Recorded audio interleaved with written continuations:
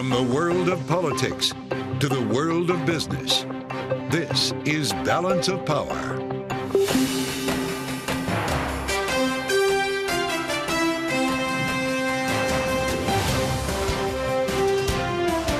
Live from Washington, D.C.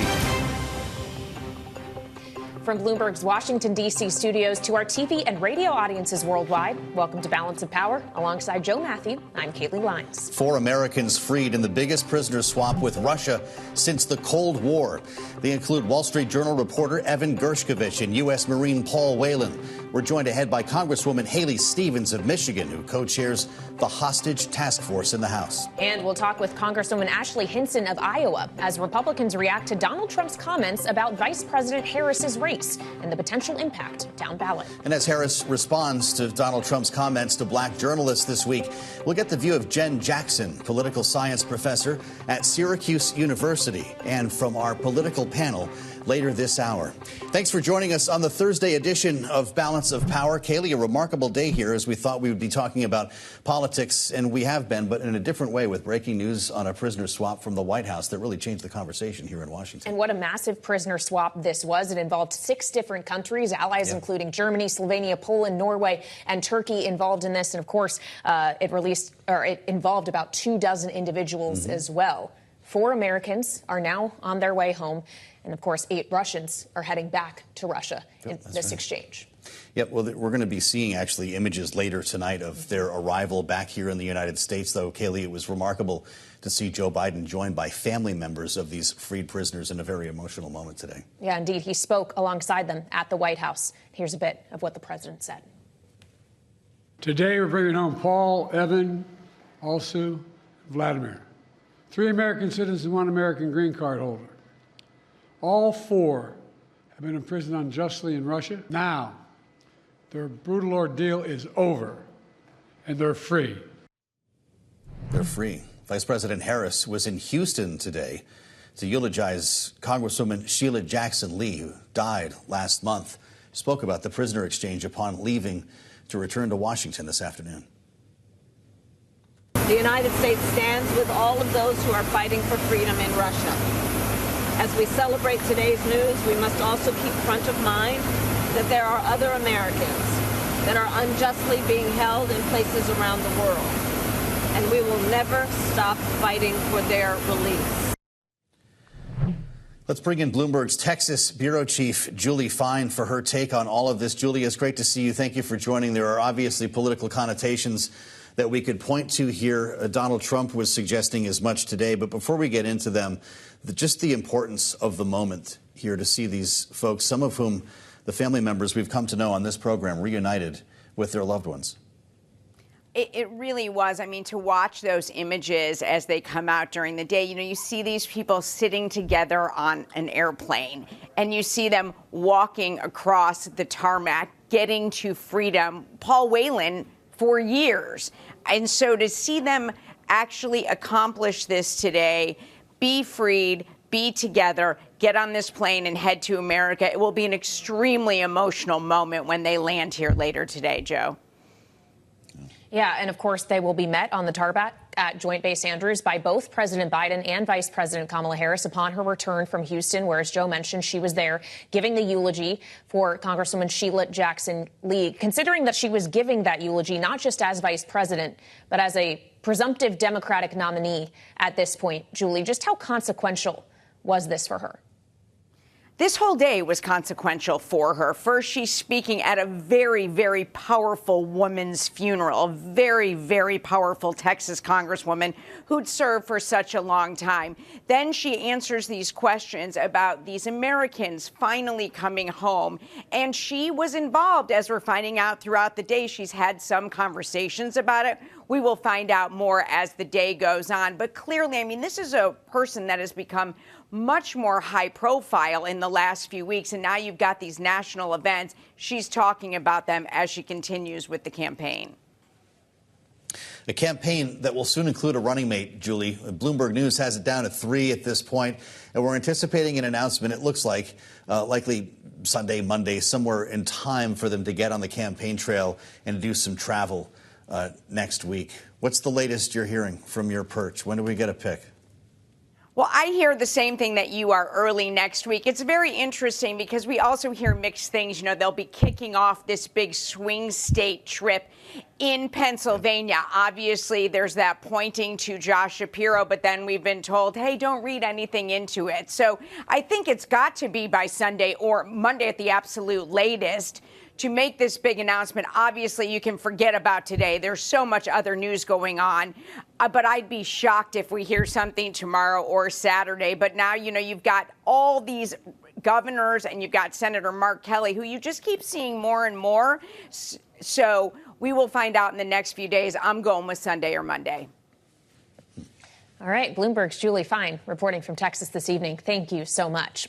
Now, in the meantime, big tech firms are reporting earnings, much of them after the bell today, including Intel, Amazon, and Apple, with Intel dropping 18% after hours, Amazon down 2%, and Apple, while it was initially higher, is in the red as well post-market. So joining us now for more is Bloomberg technology co-host Ed Ludlow. So, Ed, I guess pick your poison here, but Intel, that is a rough move. Yeah, let's go to Intel. I mean, the CFO, Dave Zinsner, phoned us pretty much straight away, and this is very bad. They misjudged the environment completely, and they were slow to react to their spending habits, their capital strategy around the markets that they were operating in. That was the admission that we got.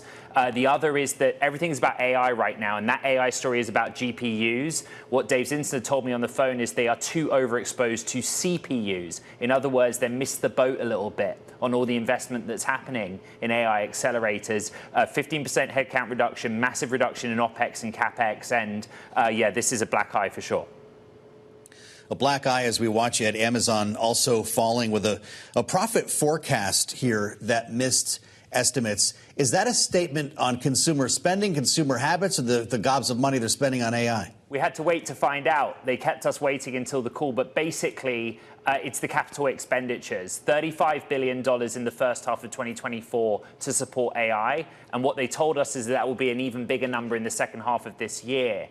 It's spending to support AWS growth, which was 19%, but it is a concern, the level of spending relative to the return that you're getting money made from AI, and that's the business. Otherwise, Amazon continues to be a bit of a cash cow for its AWS business, and the retail business seems okay. Well, we know Apple has been quite a cash cow as well. It has a massive cash pile, and by and large, the results seemed positive, but it seems the rub here, Ed, is China. Is that why we blame the turn we've seen in the stock post market? Yes, and what Apple's CFO, Luca Maestri, told Bloomberg in a phone interview is that basically half of the drop that happened in Greater China was attributable to foreign exchange factors, you know, currency headwind. They also had some fighting talk about how they feel the environment, the demand environment in China is actually better than it was previously. We need more detail there. On a very busy after-hours session, Bloomberg's Ed Ludlow. We always appreciate it, Ed. Thanks for the time. Coming up, Democratic Congresswoman Haley Stevens of Michigan, who co-chairs the Congressional Hostage Task Force, joins us on the largest prisoner exchange with Russia since the Cold War. It's coming up next on Balance of Power, Bloomberg TV and radio.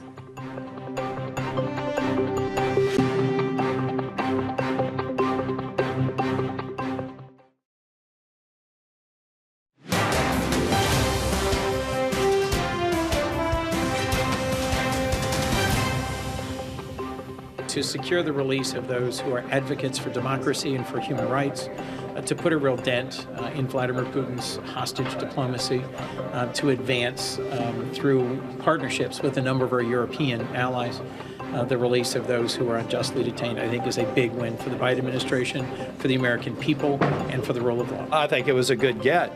Not really pleased with who I believe was probably the linchpin and the Russians agreeing to it, but it's great to see some American and European hostages should have never been imprisoned. Senators Chris Coons of Delaware and Tom Tillis of North Carolina earlier today reacting to the news of the release of 3 American citizens and an American green card holder from Russian prisons in a multi-country exchange. Joining us now for more is Democratic Congresswoman Haley Stevens of Michigan, co-chair of the Congressional Task Force on American Hostages and Americans Wrongfully Detained Abroad, and also happens to represent the district of Paul Whelan, the former U.S. Marine, who was also freed today. Congresswoman, it's a great day to have you, a great day for you and your district. I'm sure certainly a great day for these families. But with good news sometimes comes bad news or trepidation. There has been a lot of talk today about whether or not prisoner swaps like this set a bad precedent, encourage perhaps Russia to take hostages again in the future. How do you respond to that? Well, the prisoner swap isn't the motivation for why these wrongful detentions are taking place. They're taking place because they want to use Americans as political pawns. They want to flout international law. They certainly don't want to have any regard for normative-based rules. And this has been psychological torture for Mr. Whelan's family, for the Gershkovich family, for the Wall Street Journal. And you have to remember, when Paul Whelan was taken into wrongful detainment, this was at the very end of 2018. And this was the canary in the coal mine of the lawlessness that Mr. Putin and the Russian Federation was going to engage in a couple of years later with the Ukraine war. And so this has been harrowing. There has certainly been something that Russia believes that they achieved in holding Mr. Whelan hostage. It's also a part of their political propaganda. And we also know that these hostage and wrongful detainee incidences are ratcheting up. You see the White House flying the hostage and wrongful detainee flag at top of their building right now. And that flag is now a national flag. We got it passed and signed into law along with March 9th, which is Hostage and Wrongful Detainee Day. That flag, though, came from the Robert Levinson family. Mr. Levinson was taken hostage in Iran 15 years ago, and his family has now said to us over and over again, this is happening at scale. This is continuing to ratchet up, and that is because of the lawlessness of adversarial regimes and governments that are looking to minimize the United States. So people need to be vigilant. We certainly need to pay attention to State Department orders and continue to bring awareness to these wrongful detentions. Because if it can happen to Paul and Trevor Reed and Brittany Griner, it could happen to anyone. Donald Trump was writing on Truth Social about this, Congresswoman, and I would love for you to maybe shed some light on some of the questions it seems that he's asking. So when are they going to release the details of the prisoner swap with Russia, he asks, and specifically asks the question, are they giving us cash? He goes on to write, I got back many hostages and gave the opposing country nothing and never any cash. As co-chair of the hostage task force in the House, can you shed some light on whether this was a cash deal? Does he know what he's talking about? I don't believe he does. And I find it really shameful that we can't just come together in a bipartisan way, in a nonpartisan way as Americans at this time and just rejoice. You should see my phone right now. It is just full of messages of enthusiasm, of appreciation, of relief, of joy. We, alongside the Whelan family in Michigan, feel like we have been through this ordeal with them, except for it was their family that had the empty chair at holidays, and it was their family that has been left in the lurch. So we just need to pause the campaigning for maybe just a couple of hours and recognize that when we do this work, it is bipartisan. It is on behalf of the United States government. I work with French Hill, a Republican counterpart, on the task force on hostages and wrongful detainees. We pass a bipartisan resolution condemning Russia, calling for the release of Paul every term in Congress. We should be coming together as Americans right now, not taking cheap shots at one another. Well, and of course, while we've all been paying attention to these individuals who were wrongfully detained, you also have been focusing a lot of your work on the hostages still being held by Hamas. And Congresswoman, given what we have seen in recent days, including Israel taking out someone who was at the negotiating table on behalf of Hamas, its political director in Iran, and Iran now vowing retaliation, does that make you concerned that a hostage deal for those individuals still being held may never happen? Yeah, and we know that the hostages being held in Gaza, also ironically today marking 300 days in hostage, are going to be released alongside a broader deal that will bring a ceasefire to this horrible war and to this situation. I always tell the families of the hostages that they are the heartbeat of the ceasefire negotiations, because that's how we will achieve a just ceasefire. And if you ask the White House, and I'm certainly not trying to speak for them, but I know the first thing that they would say to you is, okay, we got Whelan, Gershkovich, Ursula home now, and Vladimir, and now we need to get a ceasefire in Gaza, and we need to get our hostages home there. And in terms of where that deal is going and the starts and the stops and all the micro needling inspection of the day to day with that war,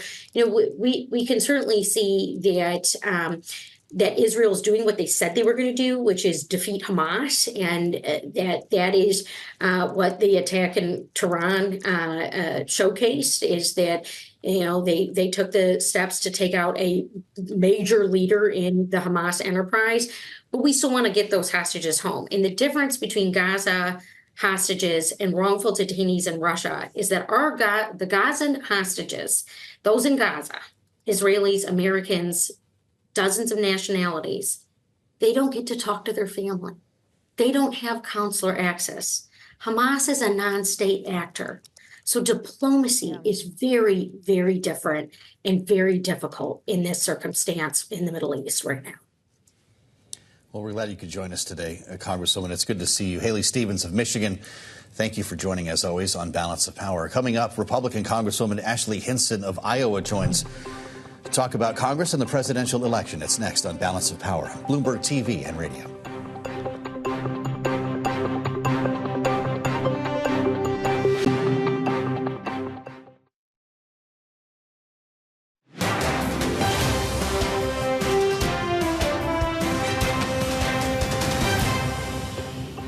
I think anything that takes us away from the failure in the economy, the failure at the border, and the failure on national security, in my opinion, is a distraction. My 2 cents worth, I think the way back into power is to compare his presidency with what's going on today, offer solutions to problems.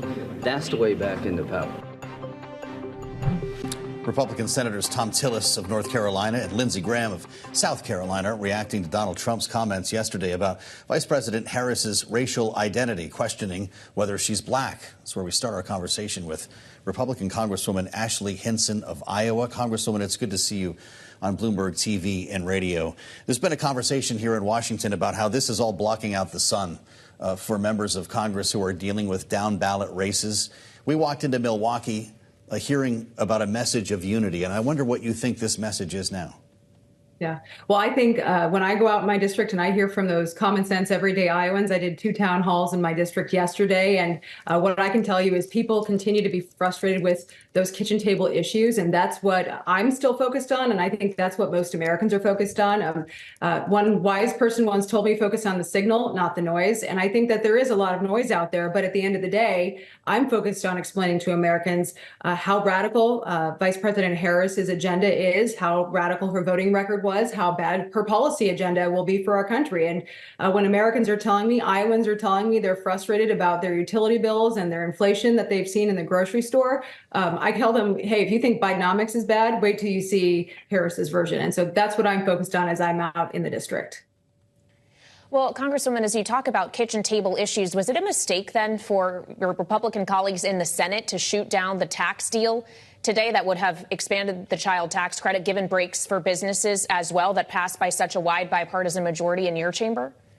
Yeah, well, certainly I hope that the Senate would take it up. I'm disappointed to see it didn't go through, but I do think that we will have a great opportunity to focus on many of these priorities under a Trump administration. I think we have seen the worst business climate in history under the Biden administration. He's made it very, very tough to start new businesses and keep these businesses open. I think that Kamala Harris has laid out in her past votes and the policies that she supports that she wants tax increases. The Democrats on the Appropriations Committee have said we don't have a spending problem, we have a revenue problem. So I think that they have started saying the quiet part out loud. So I'm hopeful that that we'll be able to start over next Congress and hopefully move a good tax package forward that will protect tax cuts that help working families and our small businesses on Main Street.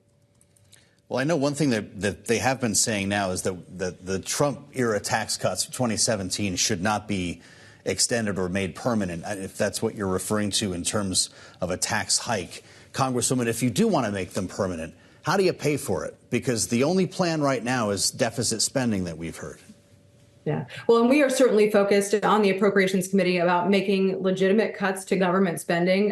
We're trying to abide by the Fiscal Responsibility Act that we passed in Congress, which does have meaningful reductions in the deficit over the next 10 years. And I think that the CPO's report actually showed that. When I look at the priorities, though, President Biden laid out in his budget request earlier this year a budget that did include a lot of tax increases. I think it was about $6 trillion in new tax increases. So that certainly isn't the path forward. I think the best thing we can do is return as many dollars to the people of this country as possible, put our country on a better fiscal path, and then get those dollars coming into the Treasury the right way, which is by encouraging investment in this country, cutting off our adversaries like Communist China, which are taking advantage of our country and taking American jobs. We need to restore the American economy, and that starts by being competitive. It starts by empowering our people. Well, you mentioned China, Congresswoman, and of course, in addition to your seat on appropriations, you do sit on the China Select Committee in the House. You introduced some legislation before you and your colleagues left for the August recess, specifically looking at the DOJ's enforcement against trade-related crimes. I'm guessing this is something targeted toward China, but what exactly do you hope it will achieve, and do you have confidence it will pass? Yeah, well, I think this is a great example of solid bipartisan work that does still happen in Congress. You know, there is a lot of division, and you don't necessarily see all the good stuff happening on the 5 o'clock news. But I think this is a great example of where we're trying to actually set our country up for success. So the Department of Justice has not had the proper resources to be going after many of these trade crimes perpetrated by our adversaries like the Chinese Communist Party. And they've truly taken advantage and built up their economy on the backs of American workers for decades.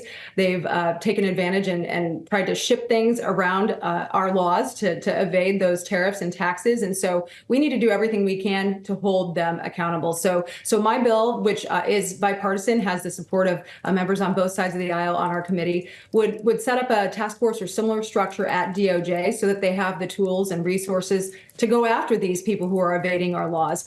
We need not only that, but we also need to make sure that there's cooperation across all of government, so state, federal, and local law enforcement, so that they have the resources that they need through trainings and technical support, so that we can properly put together these cases. And then finally, we just need to make sure that this money is being spent correctly, so there are accountability measures in there for reports back to Congress so we know what's being spent. $20 million is what we've allocated so far in this bill. It may not be enough. I think you talk about invigorating our economy, making sure we're holding the bad actors accountable so that our people are not disadvantaged is one way where we can do that and give our people a leg up.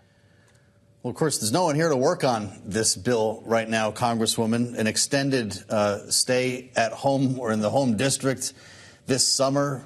How come the House left? Where'd everybody go? Yeah, well, I'm frustrated, but what I chose to do when I came back last week, because I wasn't planning on being home in Iowa, I was out in the district already this week. I did 2 town halls in my district yesterday, and I'm going to be out in the district all weekend. So I don't look at it as an August recess as a vacation. I look at it as a district work period, and I think many of my colleagues share that. So I will continue to work over the next 6 weeks to build consensus around this bill. As I mentioned, if you look at the co-sponsors on this bill, it's the chair of our committee, John Molinar, as well as the ranking member, Raja Krishnamurthy. So when those gentlemen are willing to put their stamp and seal of approval on a bill, I think it's a good signal to people on both sides of the aisle that this is a piece of legislation we should seriously consider taking up. Mm-hmm. All right, Republican Congresswoman Ashley Hinson at home in Iowa, thank you so much for sharing some of your time with us as you do your work in district. We really appreciate it. Now, as we turn back to where we began with the Congresswoman, the wider picture of the presidential race in reaction to Donald Trump's comments at the NABJ convention yesterday. Remember, he questioned the racial identity of Vice President Kamala Harris. And here's how some Democratic lawmakers we've spoken with responded. It was offensive, it was racially raunchy, and it was not becoming of a head of state. And I'm just so sad. I think Donald Trump, we have to give him credit for really hitting all of his messaging points to keep people in fear, of losing their jobs because of, the immigrants are overrunning the border and taking Black jobs. I don't think anybody's minds were changed, and I think Black voters who saw it probably that increased their resolve to vote for Kamala Harris. Emanuel Cleaver of Missouri and Gwen Moore of Wisconsin there. Joining us now for more is Jenn Jackson, political science professor at Syracuse University. Professor, welcome back to Balance of Power here on Bloomberg TV and radio. Of course, we heard Donald Trump yesterday question whether the vice president is Indian or Black, if she turned Black. What did you think when you heard those words come from the mouth of a former president and Republican nominee? It's really unfortunate that a lot of people are hearing these comments for the first time. These are not surprising comments for those of us who have been following Donald Trump for the last 20 years or so, since he started making pretty similar comments about Barack Obama and his birth certificate. So we're accustomed to this type of language, this vitriolic language, suggesting that anyone who is not a white middle-class American male is somehow not an American citizen. It's very on brand for a kind of more racist, white supremacist oriented, misogynistic campaign, which he has run since before he actually announced his first run for political office. It's very on brand. That's interesting, Professor. That's essentially what Gwen Moore said to us earlier today as well. Going into the Republican convention and before Joe Biden dropped out of the race, a big part of the narrative surrounding Donald Trump was the fact that he was winning over young Black men. There were fundraisers at barbershops. This was a serious conversation. Is it over? I think that was always an overstatement. I think that for many young Black men, there's concerns about their day-to-day lives, who's going to make it so that they are safer, that they have money in their pockets, that they have jobs to go to. And there has been this idea that Trump is good for the economy.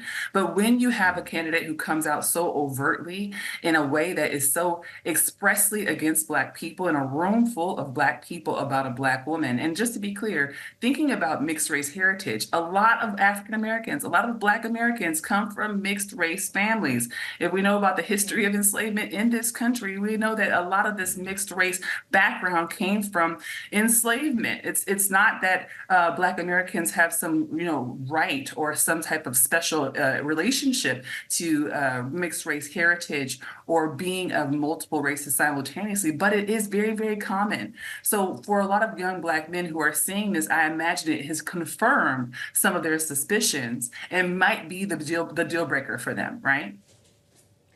Well, Professor, it's one thing for someone to decide they won't cast a vote for Donald Trump. It is another thing entirely for them to decide they will cast a vote for Vice President Harris. What does she need to do here to earn that vote? How should she be responding to this? To be honest, nothing at all. I think that in many respects, the Harris campaign could simply allow Donald Trump to continue to spew his vitriol as he has for so long, because at this point he seems to be spiraling, right? There's a lot of murmurings about folks who surround his campaign, folks who are attached to his campaign, and also his own VP, who is married to an Indian American woman and has interracial children, right? There are questions about how this will play out in the public, in the mass media over the next few weeks. And VP Harris doesn't have to do anything as he continues to double down and triple down on this language. She had a pretty simple response at her rally last evening. The American people deserve better, is what she said. But, the Trump campaign and Republicans are preparing opposition research and a lot of ads right now. They're going to look at her legacy as a prosecutor in California and the impact that it had on the Black community there. Professor, what are we going to learn? I don't think that many of us will learn anything new. I hail from Oakland, California, born in the same hospital as Kamala Harris. Those of us who know her as a DA, those of us who know her as our attorney, our state attorney, we all know that she has functioned in a way that is very pro-cop, that is very pro-punishment. That is not new information. I think what's going to happen is that we're going to see the Trump administration really start to get down dirty in the mud. And as long as the Harris administration keeps above the fray, it will actually end up looking like this is a saying in Black communities that we can talk about our mother, but you can't talk about our mother, right? And right now, Kamala Harris is absolutely getting the enthusiasm from groups of people who see her as someone that they believe in, as someone they believe is prepared for this role. So as long as Trump focuses on her identity, her character, her body, her race, he is going to continue to alienate those people who are saying, you can't talk about her because I actually identify with her, but you can talk about policy. And that's something that we know he can't do well because he's weak on policy and not prepared for the job. Well, Jenn, of course, we love speaking with you in part because of your perspective on what voters of color are thinking, but also because you have a certain perspective on young people as well. You look at Gen Z, and it does seem, just gauging by social media, that something has ignited in that demographic specifically over the last 11 days since the vice president launched her candidacy. What do you make of what you're seeing? Has she fully won over that generation?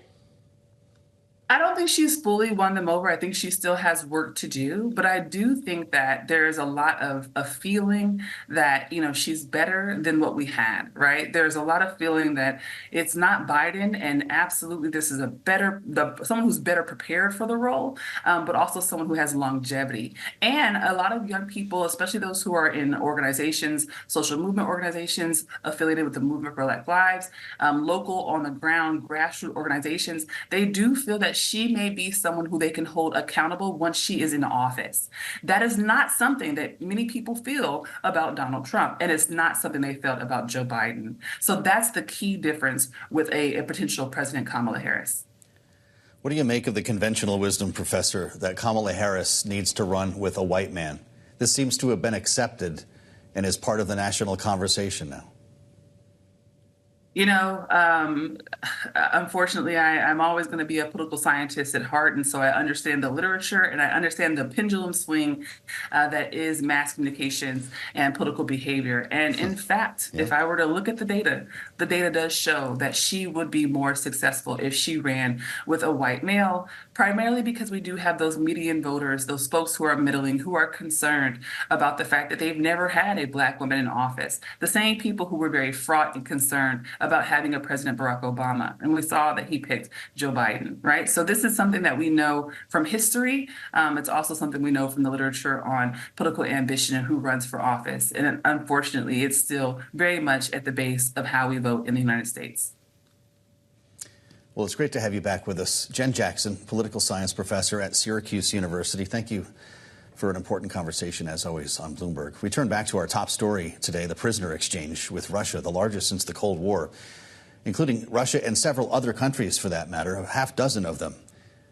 One of the people just released is journalist Evan Gershkovich of the Wall Street Journal, someone we've spent a lot of time talking about here on Balance of Power. And joining us now is Evan's colleague, Paul Beckett, assistant editor of the Wall Street Journal, who has dedicated a huge portion of his life to fight for Evan's release, working with the U.S. government, working with Evan's family.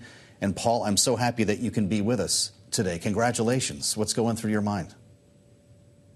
Thanks so much, Joe. It's everything at once, right? It's joy, relief, gratitude, excitement, exhaustion.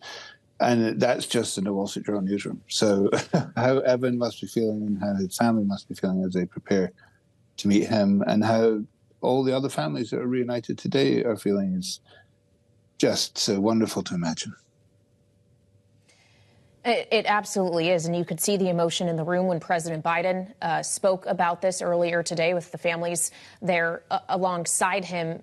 Did you have any idea, Paul, that this was about to happen after you've been fighting this battle for so long? Evan, of course, just last month being sentenced to years in prison in Russia. We understand that this was a months-long effort on behalf of the U.S. government, but was this a slowly and then all at once kind of thing?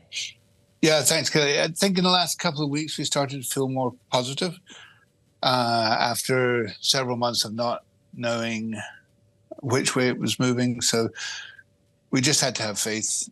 We saw this week things start to pick up a little more. The only caveat I put on that is these deals are never done until you can 100% say that they are on the tarmac and they're out of Russian custody. And that was what we were waiting for with Evan today. And, you know, that was an amazing moment. We've seen over the last 14 months, nothing obviously, anything approaching this, but we've seen overtures, we've seen conversations, we've seen negotiations, we've seen tragedies like Navalny's death. So for us, it was just waiting until we knew that Evan and his fellow returnees were free. Well, of course, it's not only Evan. 4 Americans freed today. For the benefit of our viewers and listeners who are just learning about this, we spoke recently with Alsu Kurmasheva's husband, Pavel Butorin, and he said this to us about his wife a few weeks ago on Balance of Power. No matter what these unjust Russian courts find her or Evan guilty of, we know that she is not a criminal. We, her family, we know that she has done nothing wrong. The world knows that she has done nothing wrong. Alsu will come back, will return to us, to the free world, as a hero. Those of you watching us on Bloomberg TV saw Pavel and his daughter Bibi, who was also there with President Biden today at the announcement. A very emotional moment. The scale of this swap, Paul, the fact that we're talking about Alsu's case at the same time as Evan, at the same time as Paul Whelan, at the same time, there they all are now. If you're looking at this wonderful image of them on the plane together on Bloomberg TV. Vladimir, how did this all happen at once? I think it is the result of a lot of work by the Biden administration. We give them great credit for it, and other allies. You know, we saw 16 people come out. We saw 8 Russians go back. Those Russians were contributed by Poland, Slovenia, Norway, Germany. You know, so it was a real exercise in the West coming together and doing what was necessary to stop travesties of justice. And no one likes these deals. You see Russian operatives, folks who have been found guilty in real courts, going back in exchange for innocent people who have done nothing wrong, who come out. So they're obviously difficult, but you know, what happened today stops so many bad things from being perpetuated in Russia that we're just so grateful it's happened. And I think you'll see now US and other governments try to figure out if they can work together on a deal like this. How can they work together to prevent things like this happening again and take away the incentive for Russia and other countries to take innocent people hostage as pawns? We also feel today there are still Americans in Russian prisons. Not everyone came out, and we do also feel for those families today as well. Absolutely. And Paul, it's worth noting in the Journal's own reporting that kind of tells the story of how all of this happened. It's noted that before Evan was formally released, Russia had some paperwork for him. There was an area that was blank that allowed him to do as he wished with it, essentially. And he made a bit of an ask. The last line, he asked after his release, would Putin be willing to sit down for an interview with him? I'm not sure if you're confident he will get that interview, but what is next for Evan now? What's next for you, having worked on his case for so long? Well, the beautiful thing for Evan is that after 16 months, he finally gets to make decisions for himself. And so he will do what Evan wants to do. And that's a marvelous, marvelous moment. We'll stand with him for, through that whole period. He'll need time to reconnect. We want to make sure his body's okay. We want to make sure his head's okay. We want to give him all the time and space he needs. But we will ride along with him, and we're excited to see where he takes it. And, the sheer chops of writing that in what was effectively a clemency petition just shows you what sort of person he is. And that's been inspiring to us. And he and his family really have been the guiding lights this whole time. Well, Paul, congratulations again for all of your work and for it now having paid off. And give our best to Evan and his family. Paul Beckett joining us from the Wall Street Journal. Thank you for your time. Thanks, Paul. And still ahead, we'll turn to our political panel, have more on the presidential race. That's next on Balance of Power on Bloomberg TV and Radio.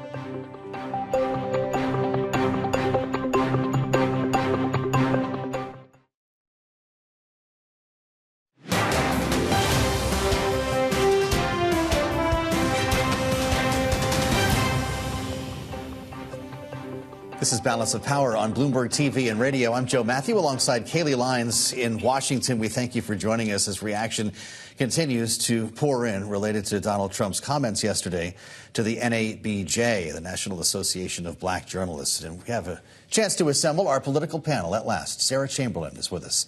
CEO and president of the Republican Main Street Partnership. Matt Bennett is here as well, executive vice president for public affairs at Third Way. Great to see you both. So much has happened since you joined us here at the table. Give us the view of Main Street on this, because I'm guessing you're going to tell me this is distracting from the issues that you want. But is it not also alienating a lot of voters? It is, but it's really distracting. Like, if we want to go at the vice president, we need to go at her with her policies. I mean, we're wasting time here. I mean, we really are. There's a lot to hit her on. I would say the immigration, the border is probably the #1 issue. And we shouldn't be talking about when she decided to be an African-American woman. And it's like, what are we doing? And it's very frustrating for the members of Main Street, because 17 of them live in Biden's districts. So what they're doing is they've kind of pushed Trump aside a little bit, and they're really focusing on what's happening in their districts right now. Okay, so that's how Republicans are responding. What's the appropriate response here from the vice president? Should she lean into this or just allow Trump to be Trump on this? You know, I have to say, from the moment that the president stepped aside, she has hit every note pitch perfect. And it's true on this as well. She needs to be dignified and kind of appropriate in her response to show a contrast with his lunacy. I mean, we couldn't ask for a better outcome of yesterday's event with Trump. He once again showed us who he is. He keeps doing that over and over and over. He couldn't help but bring race to attack President Obama. He does it all the time, and here he is again. So it is very evident to Democrats that he has no idea how to deal with black leaders, with powerful black women. We saw this with Fani Willis in Georgia, and it's giving us even more hope going forward. Senator J.D. Vance, Donald Trump's running mate, was at the border today, standing in front of the wall wearing a flannel shirt. No one's talking about that because of the things he said about Kamala Harris last evening, adding to the chorus here, talking about her chameleon-like nature, saying that she's not who she pretends to be. She's fake. She's phony. Is Donald Trump's running mate hurting or helping him so far? So far, he's not been an asset.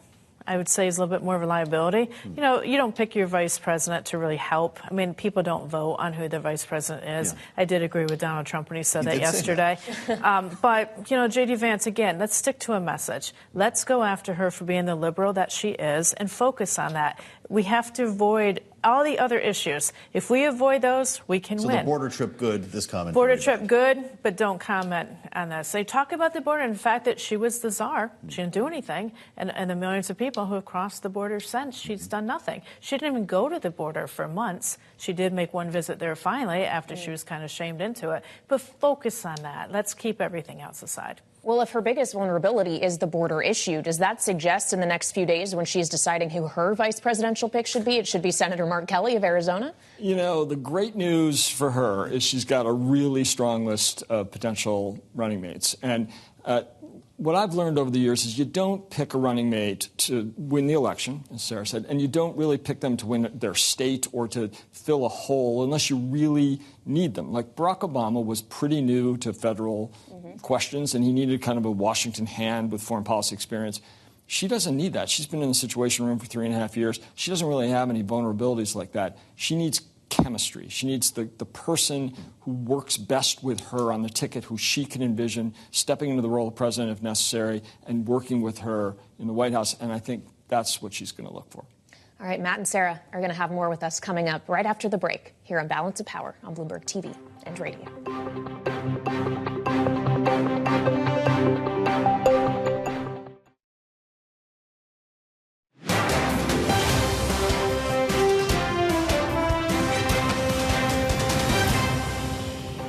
Last year, I really thought that she would be back here with me now.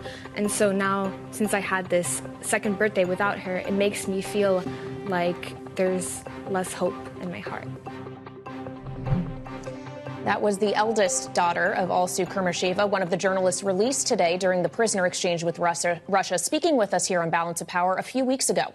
Fast forward to today, and President Biden took the time to recognize Alsu's younger daughter and her birthday as she gets ready to celebrate it with her mom tomorrow. Happy birthday to you. Happy birthday to you. Happy birthday, dear Miriam. Happy birthday to you. Remember, no serious guys till you're 30.